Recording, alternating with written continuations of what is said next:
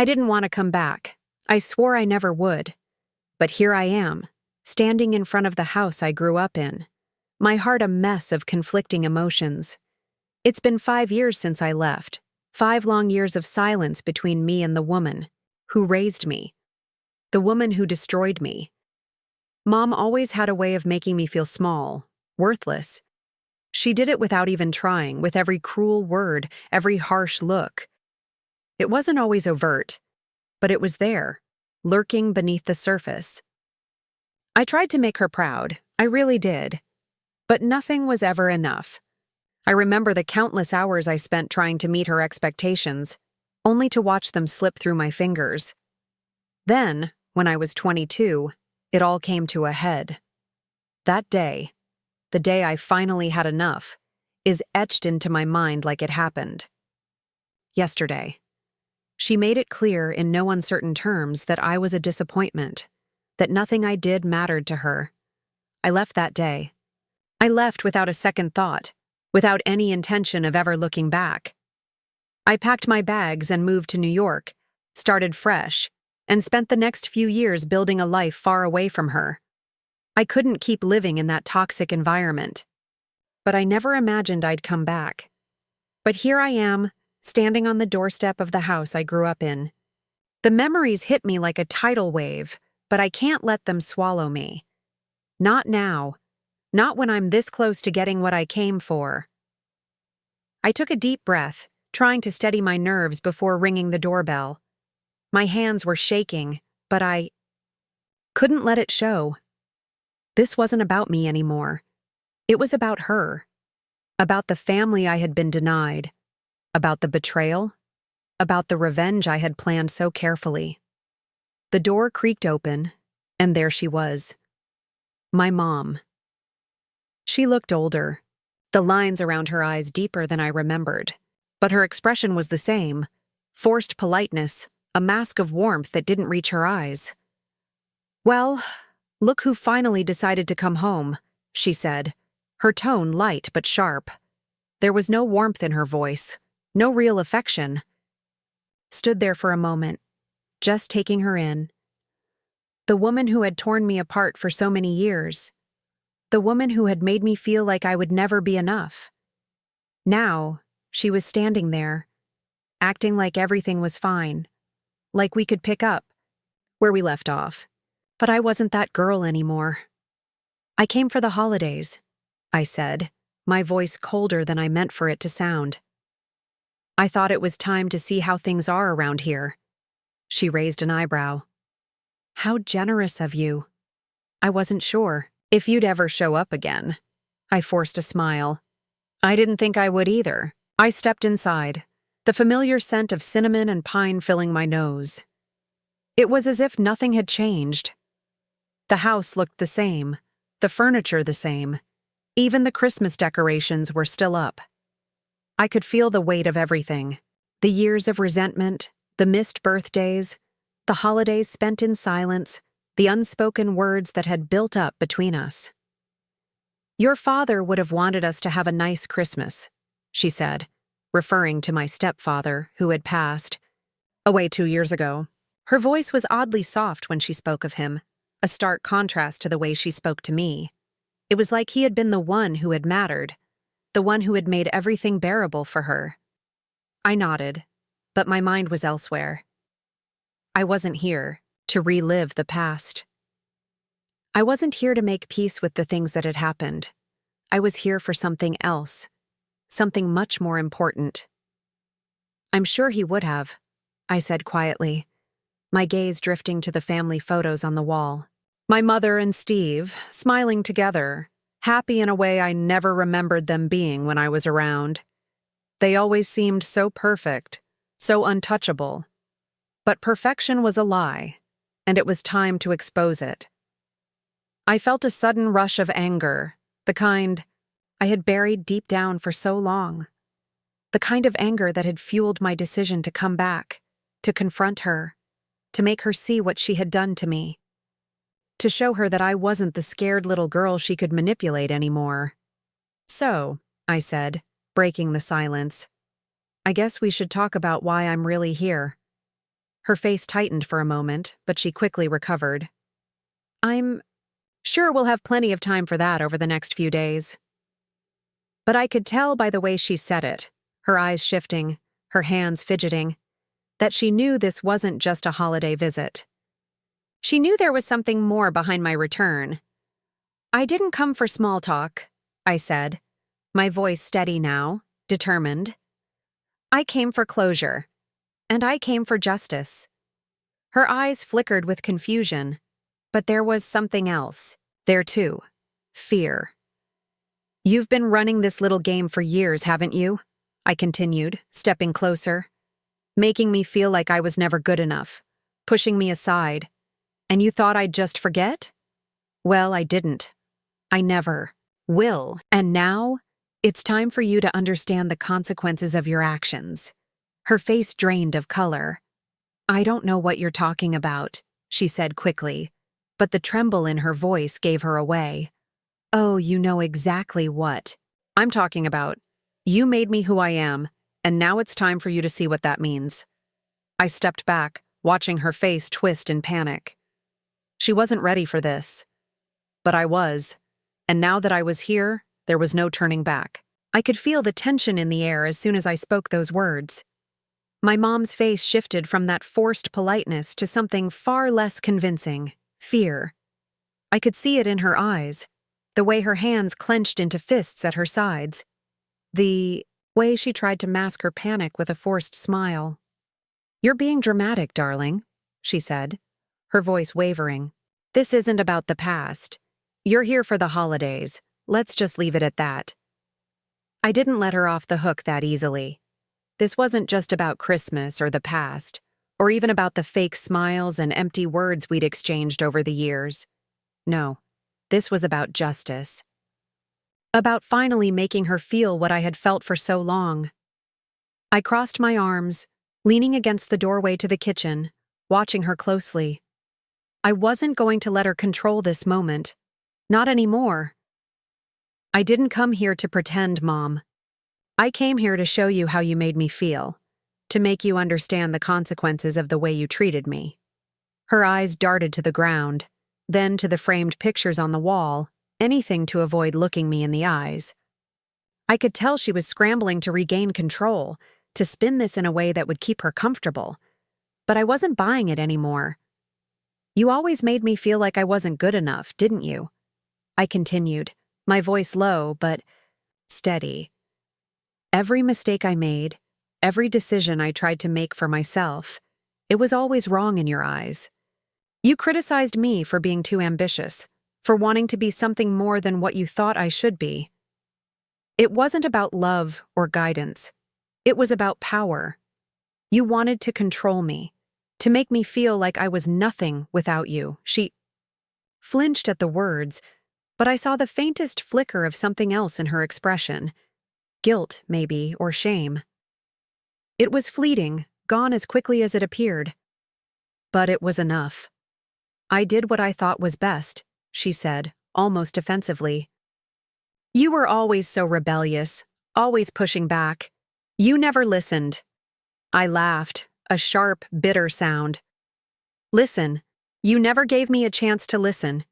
You were too busy telling me who I should be, what I should do, how I should live. Every time I tried to find my own path, you shot me down. You made me feel worthless, Mom. You broke me. Her eyes welled up with tears, but she didn't say anything. She didn't need to. I could see it in her expression, the realization that everything I was saying was true. For the first time, I was forcing her to look at the wreckage of our relationship, but I wasn't done. Not by a long shot. I spent years trying to make you proud, I continued, my voice quieter now, more intense. And all I got was rejection, disappointment, and anger. I thought you loved me. I thought you wanted the best for me. But I was just a tool for you to use when it suited you. And when I finally left, when I finally broke free, I realized something. Your approval doesn't matter. You don't matter. What matters is me. And I'm done being your pawn. I could see her lips trembling, but she still didn't speak. She was frozen, caught in the web of her own making. "You think you're going to make everything better by pretending like nothing happened, don't you?" I said, my voice rising. "You think if you smile and play nice, I'll just forgive you and we'll move on. But you don't get to erase the years of damage you caused. You don't get to walk back into my life like nothing ever happened." There was a long silence between us, a heavy, suffocating silence. My mom stood there looking at the floor as if trying to come up with some excuse, some way to defend herself. But the truth was, there was nothing she could say that would change what had happened. Nothing she could say that would undo the pain she had caused me. I could feel my anger building again, a fire that had been smoldering for years. It was time for the final blow. I leaned in, lowering my voice. "But you know what the worst part is, Mom. The worst part is that you don't even realize what you've done. You don't even know how much you've hurt me, and you never will." For a moment, I thought I saw her break. A flicker of realization, perhaps. Or maybe it was just the weight of everything I had said finally landing. But before she could say anything, I turned away, walking toward the stairs. "I'm not here for your apologies," I said without looking back. "I'm here for closure, and I'll get it, whether you like it or not." I reached the top of the stairs and turned to face her. "Enjoy the holidays, Mom," I said, my voice dripping with sarcasm. "I'll be in the guest room if you need." I walked down the hallway, my heart pounding, but it wasn't from fear, it was from relief. The game had begun, and this time, I was the one in control. The guest room had never felt more like a prison. The walls were bare, the bed uncomfortably stiff, and the air stale. Everything about this house felt suffocating.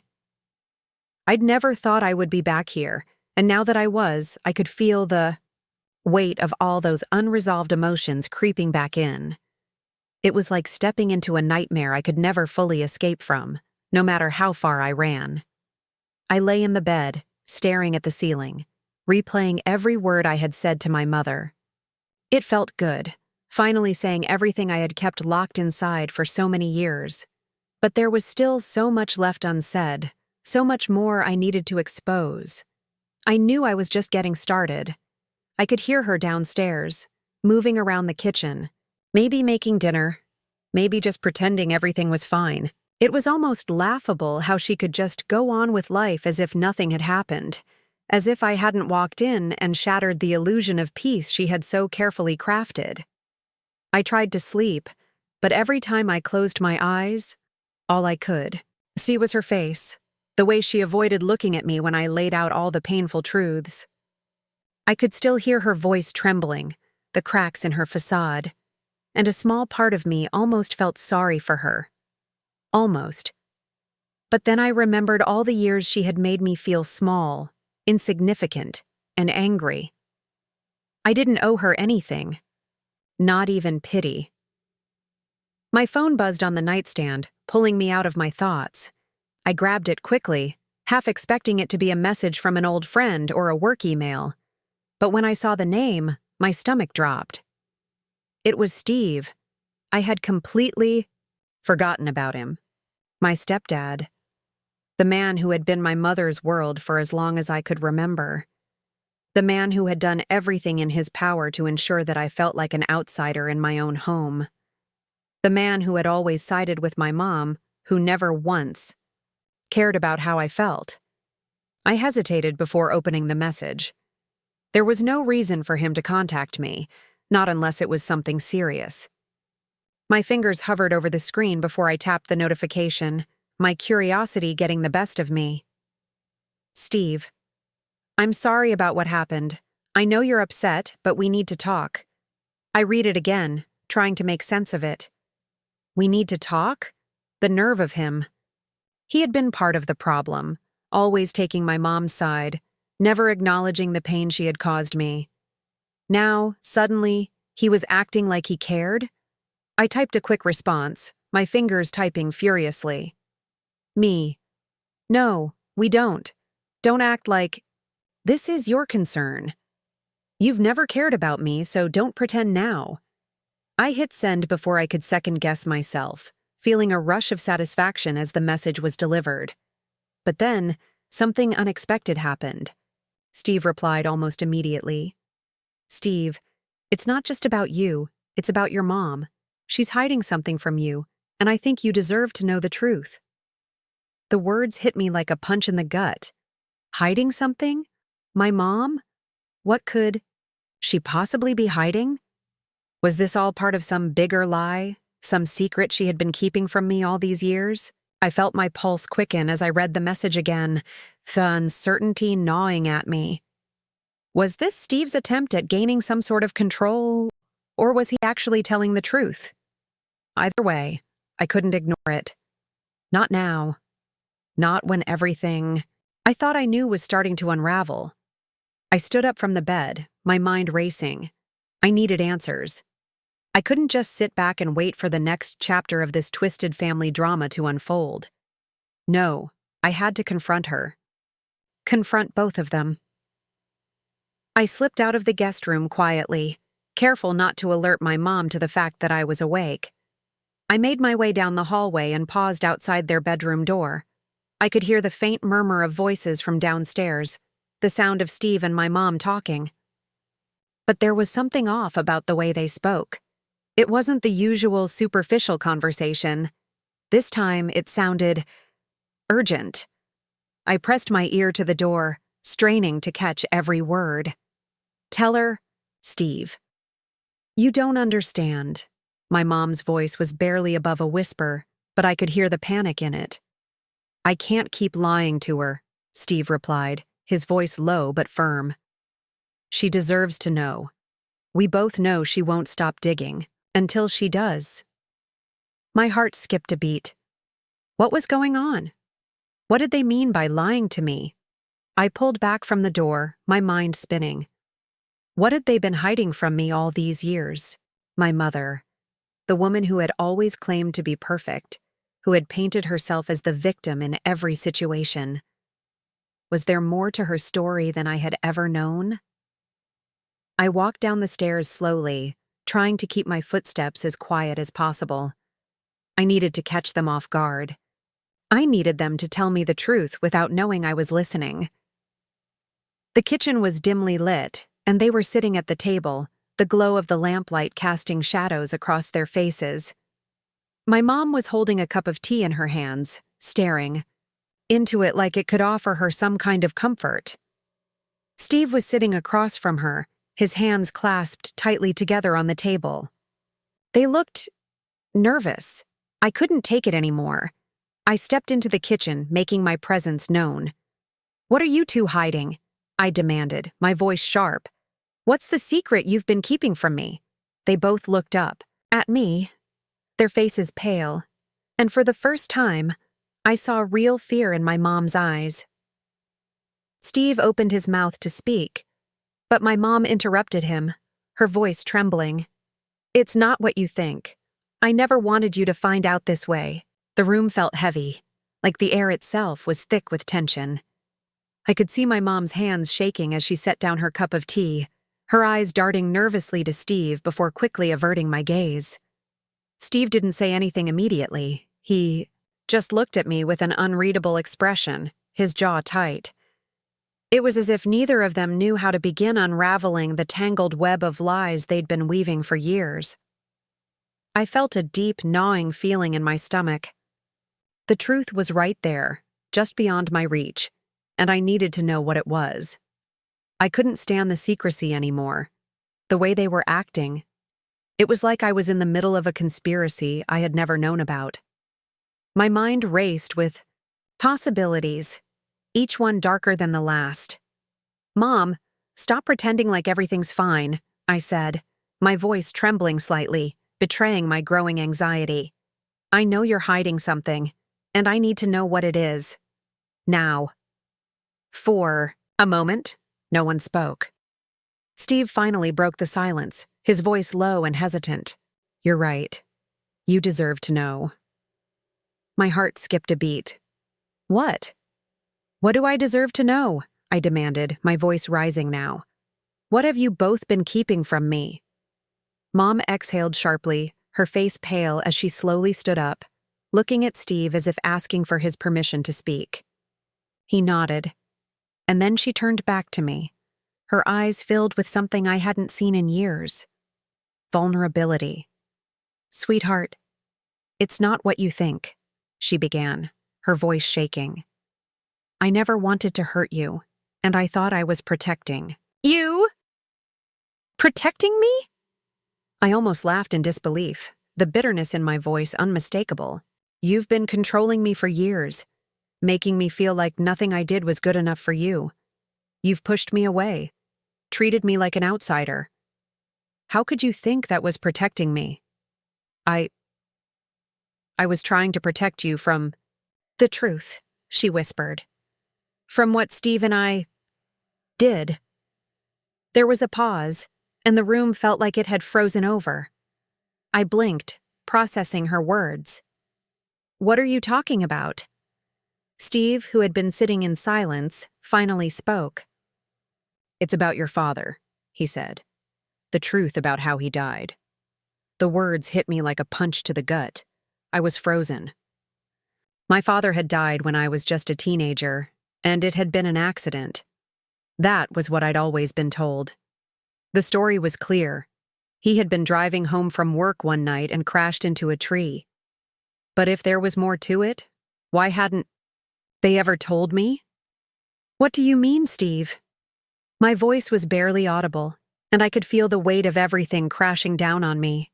I had no idea what they were talking about, but my heart was racing and dread was crawling up my spine. My mom's face crumbled as she sank back into the chair. "I never wanted you to know the truth. I thought it would destroy you. But your father, he didn't die in an accident. It wasn't just a simple crash. It was deliberate." My breath caught in my throat. I couldn't breathe. "What? What are you talking about?" Steve's gaze softened and he leaned forward slightly. "We didn't know it at the time, but your father, he was in a dark place before he died. He had been struggling with depression, with alcohol, and he'd been having an affair with someone. Your mom didn't want to believe it, but I found out. I tried to confront him, but before I could, he took his own life." The room spun. I could barely process the words, and everything around me seemed to blur. I reached out for the kitchen counter to steady myself. My knees felt weak. "He took his own life?" I whispered. Mom's eyes welled with tears and she nodded. "I didn't want you to know. I thought if you thought it was just an accident, it would be easier to move on. But it wasn't an accident. It was something much darker, and I was too scared to tell you the truth." Tears filled my eyes, blurring my vision. Everything I had ever known about my father's death was a lie. He hadn't died in some random, tragic accident. He had chosen to end his life. He had been hiding something so dark and painful that it consumed him. I shook my head, trying to make sense of it all. The anger, the confusion, the hurt, it was all bubbling up inside me, and I couldn't contain it. My father had left me with a hollow void that had never been filled. But now it felt like that void was only growing larger, and the resentment I had for my mother felt like a living thing inside of me. She had known the truth, and she had kept it from me for all these years. "How could you hide this from me?" I demanded, my voice rising again. "How could you lie to me about something so important?" Mom looked down at her hands, her fingers twisting together in her lap. "I didn't want you to hate him," she whispered. "I didn't want you to think less of him. I already thought less of him. I spent years blaming myself for his death, thinking I wasn't enough for him to stick around for. I hated him for leaving me. And you never thought I deserved to know why he left? Why he didn't fight for us? You kept me in the dark so that you wouldn't have to face the reality of what happened." I could feel the anger coursing through, my veins bubbling over like a pot about to boil over. For a long time, there had been a part of me that wondered if it was my fault.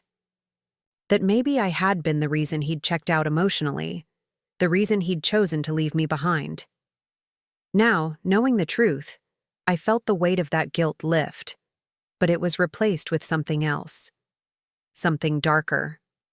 I wasn't just angry at him anymore. I was angry at her. For hiding this, for pretending like everything had been okay, for keeping this secret from me all these years. I need time, I said, my voice trembling. I can't talk about this anymore. And with that, I turned and walked out of the kitchen, leaving the people who had lied to me behind. The anger, the hurt, the confusion, they were all too much to bear. I didn't know what the future held, but one thing was certain. I wasn't going to let this go. Not now, not ever. I needed space. I needed to get away from that house, from my mother, from the suffocating weight of the truth that had just been laid bare. The reality of what they had kept from me. It was too much. I couldn't breathe in that house anymore. Left the kitchen and went straight to the front door, grabbing my coat off the hook by the entryway. My mind was a chaotic mess, my thoughts racing, my body on autopilot. I didn't care where I was going, just that I had to get out. The cold air hit me like a slap in the face as I stepped outside. It was almost as if the outside world was too real, too alive, compared to the numbness I felt inside. I walked aimlessly, not sure of where I was headed, but my feet carried me down the old, familiar street. It was Christmas Eve, and the city was decorated with lights, but all I could feel was darkness closing in around me.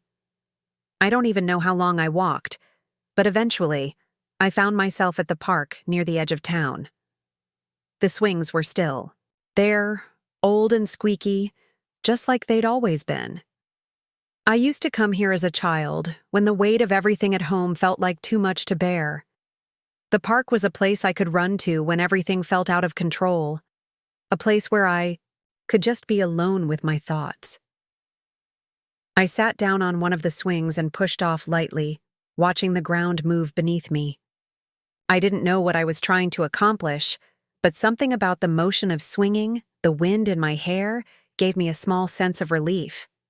It was the only moment I had in hours where I didn't feel suffocated, but the moment didn't last long. My phone buzzed in my pocket, and I knew exactly who it was before I even looked at the screen. My mom. I could feel the anger simmering again, but this time it was different. I wasn't angry at the lies anymore. I was angry at her for everything she had put me through, for everything she had taken from me. I debated ignoring the call. But then the anger was replaced by something else. Curiosity. What more could she possibly say? After everything I had learned, what else could she reveal? I answered the phone, my voice clipped, almost cold. What? Sweetheart, she began, her voice already shaking, as if she knew I was angry. Don't sweetheart me, I cut her off. Don't you dare. You've lied to me for years, and you think I'm just going to forgive you because it's Christmas? Because you feel guilty now?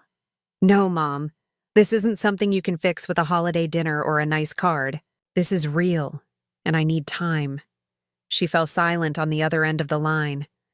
I could feel the weight of her guilt seeping through the phone, her hesitation hanging in the air. But she spoke again, this time softer. Please come back. We need to talk. I closed my eyes, frustration building up inside me. I don't think there's anything left to say.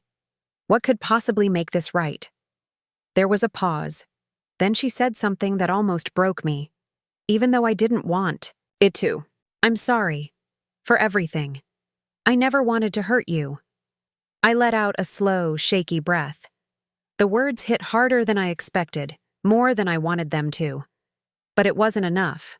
It couldn't undo the years of emotional neglect, the damage done to me by the person who was supposed to love me unconditionally. You don't get it, Mom, I whispered. You don't get how much you've hurt me, how much this whole thing has cost me. I know, she said, and I could hear the tears in her voice.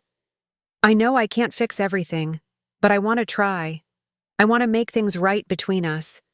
I stood up from the swing and walked aimlessly through the park, trying to find some sort of clarity, but it was slipping through my fingers.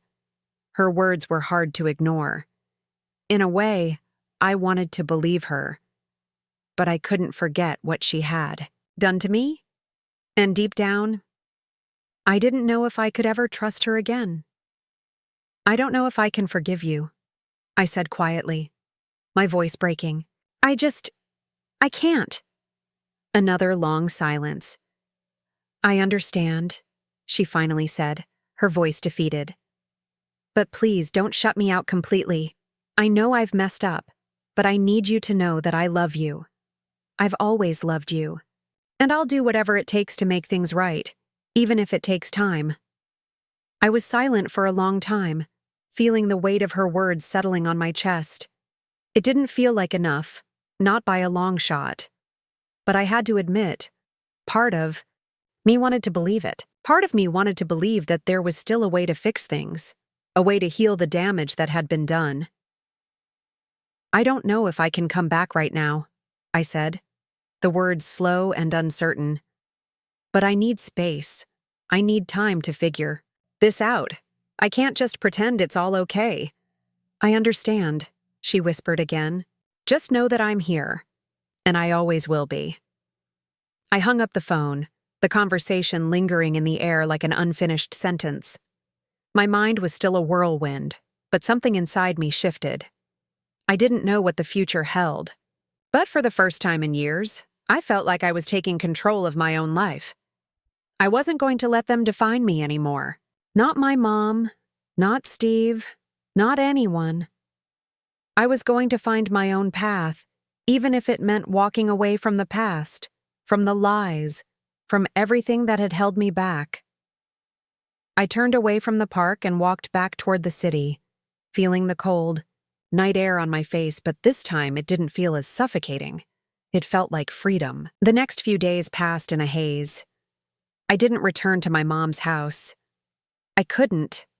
I needed to be alone, to figure out what I wanted from all of this. Everything had changed in such a short time, and I felt like I was spinning, unsure of where I would land. I stayed at a small hotel on the outskirts of town, far enough away to get some space, but close enough that I couldn't ignore the reality of my situation. I spent hours staring out the window at the passing cars, the swirling leaves in the cold wind, trying to put my thoughts together. My mom's words echoed in my mind, over and over again. I love you, she had said. But how could I believe her now? After everything? After the lies? The betrayal? I didn't know what to believe anymore. I had tried to imagine what it would feel like if I could forgive her, if I could somehow heal the wounds that had festered for so long. But the idea of going back, pretending like everything was okay, made me feel sick to my stomach. And yet, I couldn't completely shut her out either. I tried calling my best friend Natalie, hoping she could offer some perspective. She'd been there for me through thick and thin, always understanding when things with my mom became too overwhelming. But as the phone rang, I couldn't shake the feeling that something was off, something deeper than just the rift between me and my mother. Finally, Natalie picked up. "Hey," she answered, her voice warm but tired. "Hey," I said, my voice quiet. "I'm sorry I haven't called in a few days. I don't know what to do anymore. My head's all over the place." "Hey, it's okay. I figured you needed some space. But you sound like you're drowning over there. What's going on?" I let out a deep breath. Everything's falling apart. My mom told me the truth about my dad. I found out he didn't die in an accident. He took his own life, and she never told me. She hid it from me, and it's like everything I thought I knew about him, about us, was a lie. There was a long pause on the other end of the line. "Oh my God," Natalie finally said, her voice soft. "I'm so sorry. I didn't know. That's a huge thing to carry." "I didn't know either," I whispered. "All these years, I blamed myself for his death. I thought I wasn't enough for him to stick around.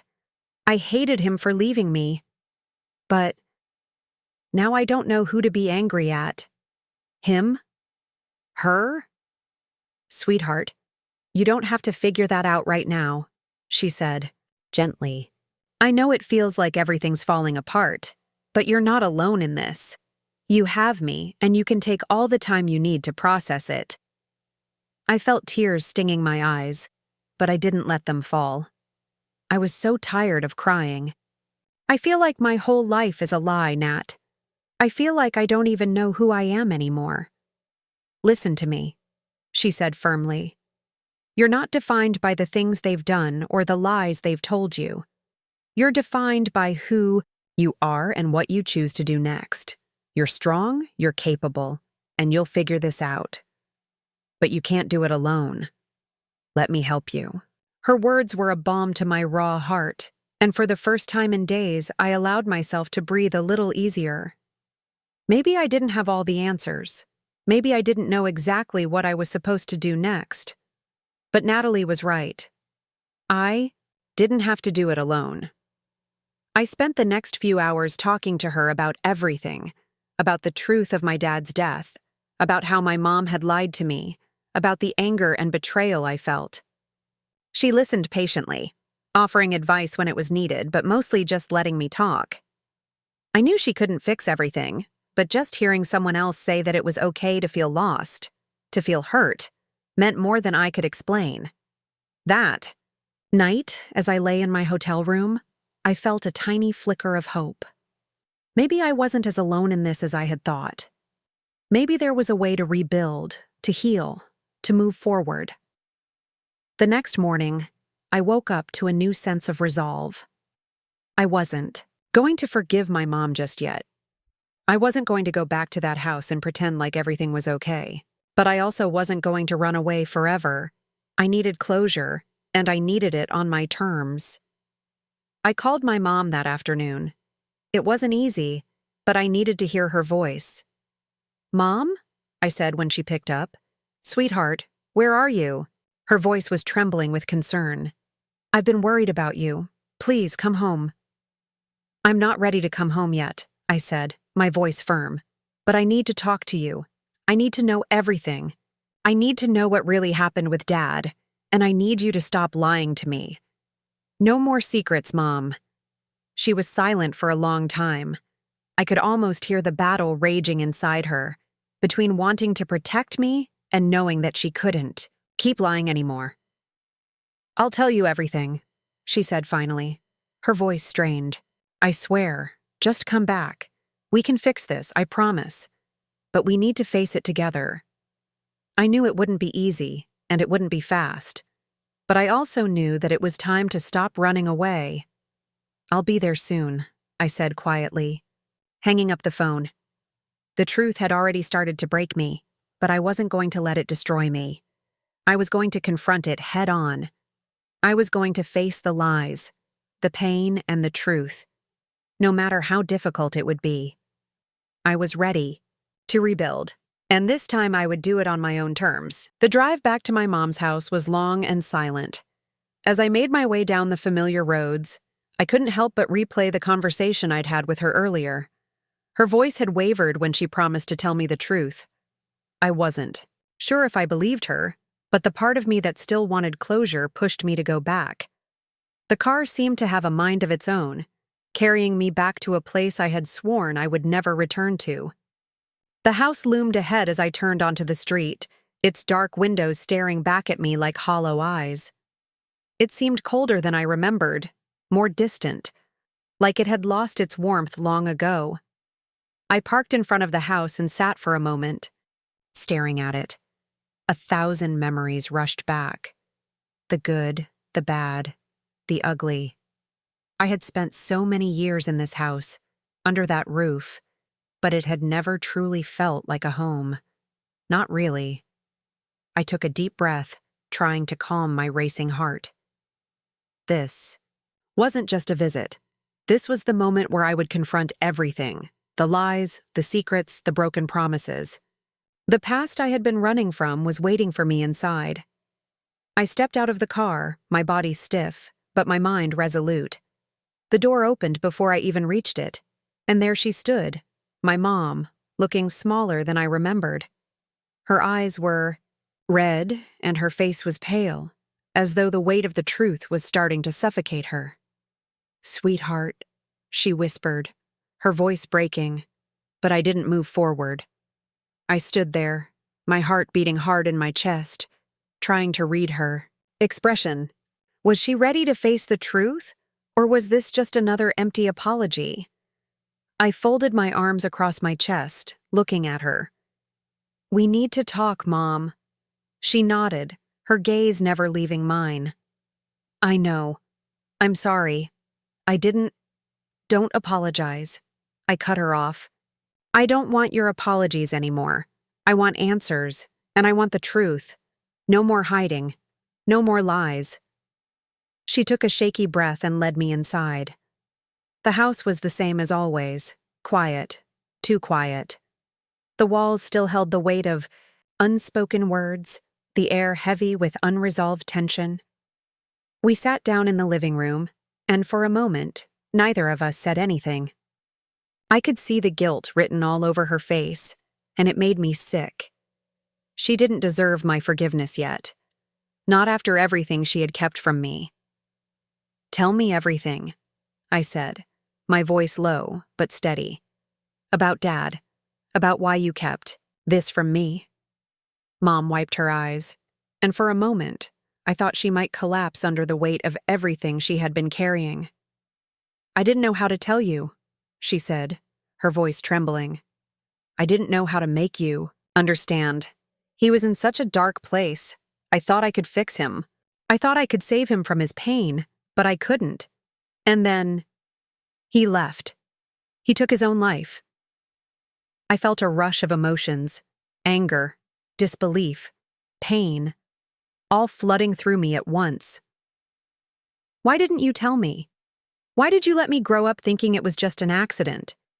I spent all those years blaming myself, thinking I wasn't good enough for him. I thought if I had done something differently, he would still be here.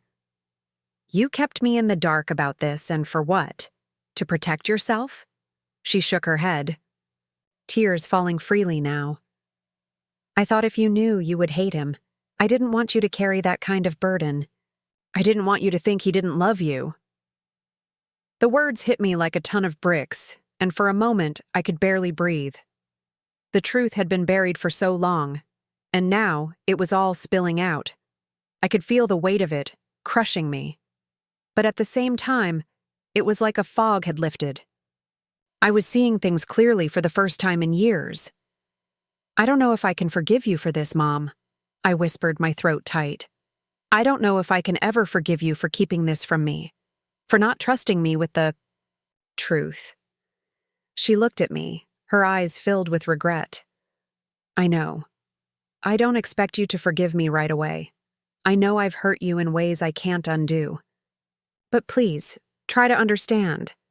I was trying to protect you in my own way. I didn't know what else to do." "Protect me?" I repeated, the bitterness in my voice thick. "How is lying to me protecting me? How is keeping me in the dark about my own father's death supposed to protect me?" "I was trying to protect you from the pain," she said softly. "I thought if you thought it was an accident, you wouldn't have to face the truth. But now I see how wrong I was." I took a step back, my mind swirling with everything she had just told me. I didn't know what to do with all of this.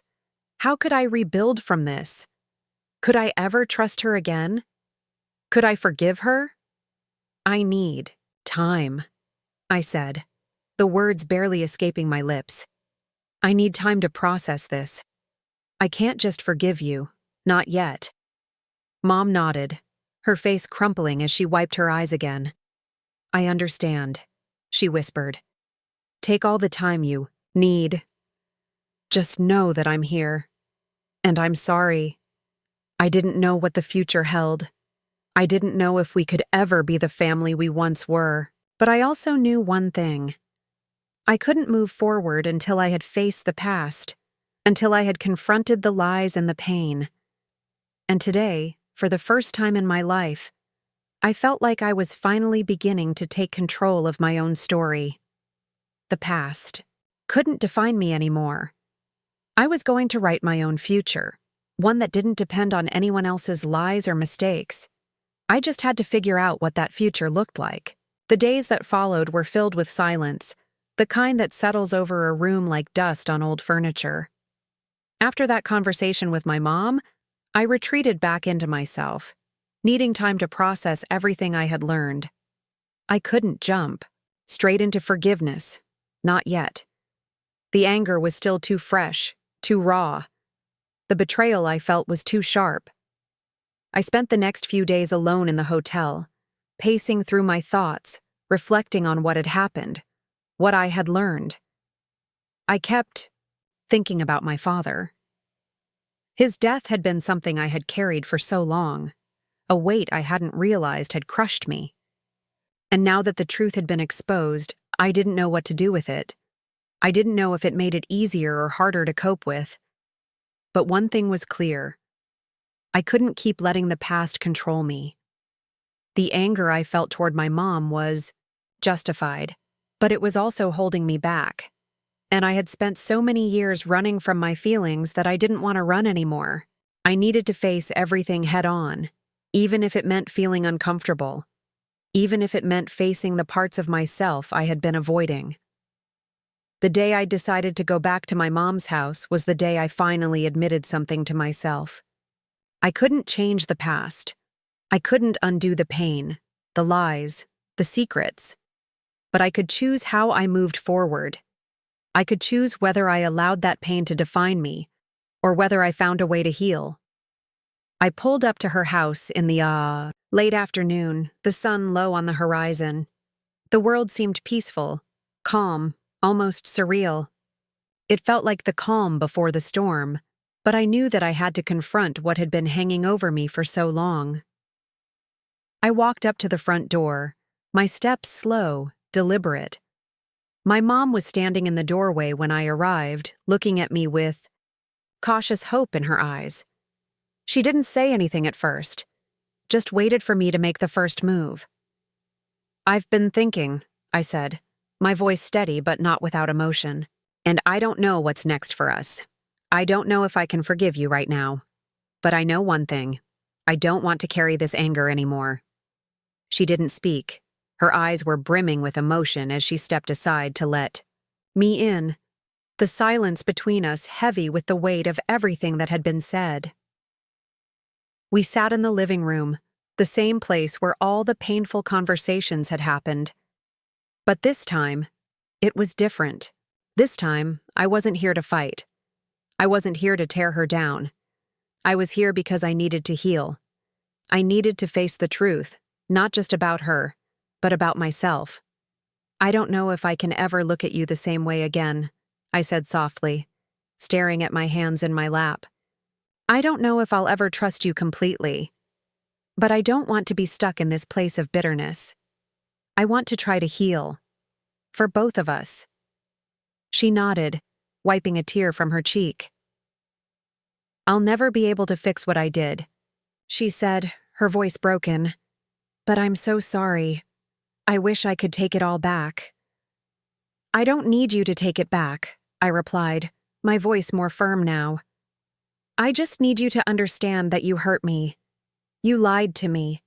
And I need you to acknowledge that before we can move forward." "I do," she said, her voice barely above a whisper. "And I'll do whatever it takes to earn your trust again. But I understand if you need time. I'll wait. I'll always be here, no matter what." I could feel the weight of her words, and for the first time in a long time, I felt a glimmer of hope. I wasn't sure what the future would hold for our relationship, but I realized something in that moment. Healing was a process. It wasn't going to happen overnight, and it wasn't going to be easy, but it was possible.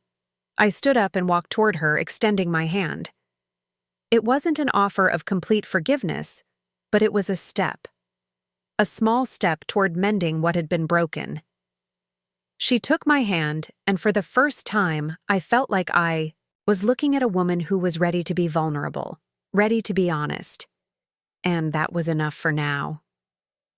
"I'm not sure what's next for us," I said quietly, "but I'm willing to try. One day at a time." She squeezed my hand, her eyes filled with tears. "Thank you," she whispered. "I love you. I always have."